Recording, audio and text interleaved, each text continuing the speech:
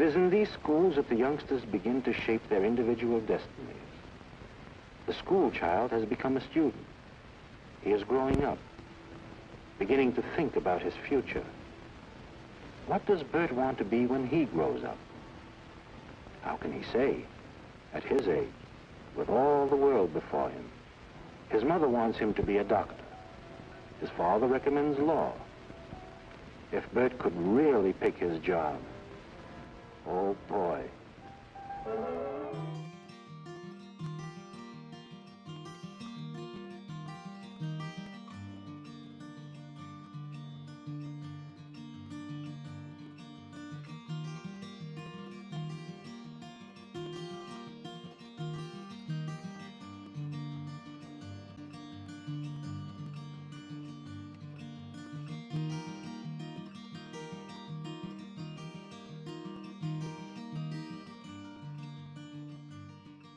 Our class is an open studio situation, and that means that everybody gets to choose what they're most interested in doing, and our job as teachers is to support them in achieving their goals. Today is an unusual day, Griffin. I know. So I'm going to let you say what you want right now, even though it's not 10 o'clock. Ooh, what do you want to say? Can I sew? Yes. So the classroom is set up in such a way that there are all these workstations, and children are free to go to those workstations and use them the way they want to. Other than really care for others, yourself, and the environment, children can pretty much do what they want. This is so cool. Look at this. What? Look at this. It's like a little turtle. And it's made with clay and something to give it that brown. I think it's sand or something. It's sand or something, but do we have? Maybe it's black sand. Yeah, we have black sand. Yeah. No, it's mixed with glitter. Wow. I know. That is just so cool. What we want to do here is impart to children that what they're interested in is a good thing because they're interested in it. And then we want to help them find ways to bring what's interesting to them into their lives in a real way. My flag's coming through! Get out of the way! Here you go, buddy. What color? I'm not sure. You gotta dip in the balloon and see. Okay.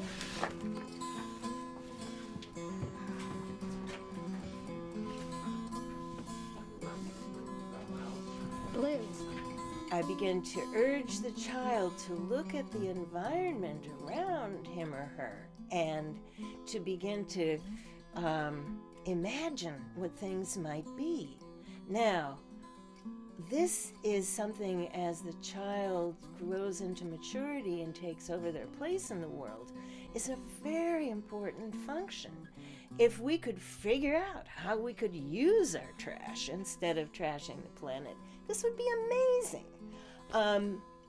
And it takes this kind of thinking. It takes being able to look at something and transform it. So much of our goal here is about transforming reality. It's funny, I was thinking about that on my walk today, that Kathy has a way of, I think, really allowing kids to find their own way through the class and come up with an idea that can grow and grow and grow and grow. And sometimes they do something in one class, and sometimes it takes weeks before something comes home, and you're like, I can't believe what they did all those weeks. Dyes? First, I colored up the whole thing from here, and then I dried it, and then I took a black marker and did it.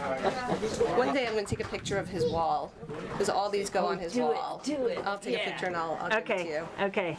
We have quite a gallery going. What's so fabulous about here is the kids can just do anything, and Yeah. Kathy just, is very accepting. One day I wanted to make spring shoes, whatever those are, and just Like, I think we found like huge mattress springs and like tried to glue them to the bottom of my shoes. No, I can hook it onto a tail. Combination of a jack-o'-lantern and pillow. Cool idea.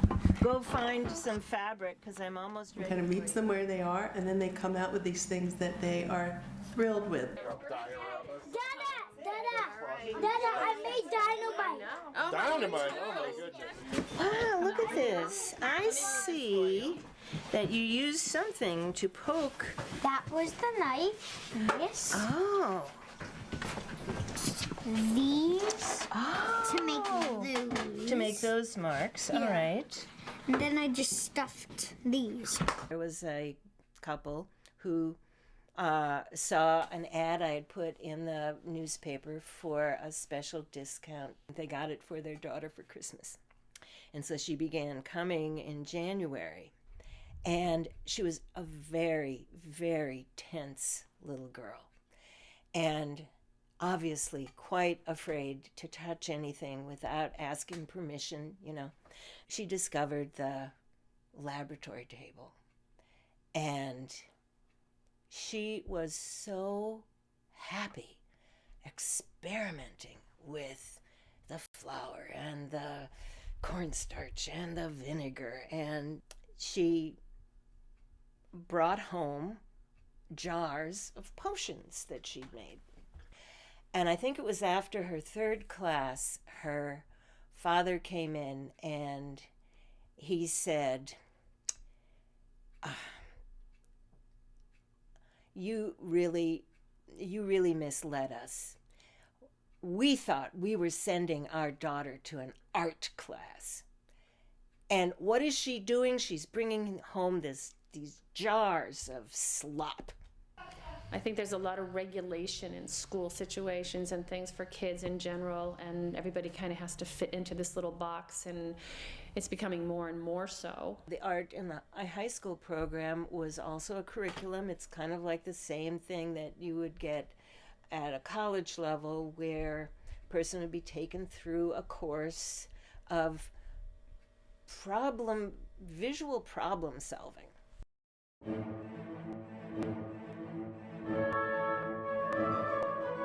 The teachers have to teach to the tests and all of that, and there's very little time for creativity within the systems that we work within. Unfortunately, what the state mandates is not art. You know, it's art appreciation, but it's not art.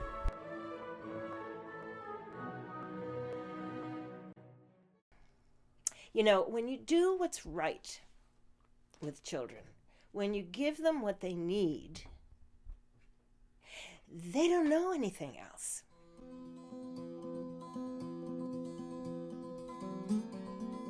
Just on an ongoing basis, you know, you can really leave time with children. You can go places that most adults have totally forgotten about, and you can laugh a lot. And did you know that the typical 4-year-old laughs at least once every 15 minutes?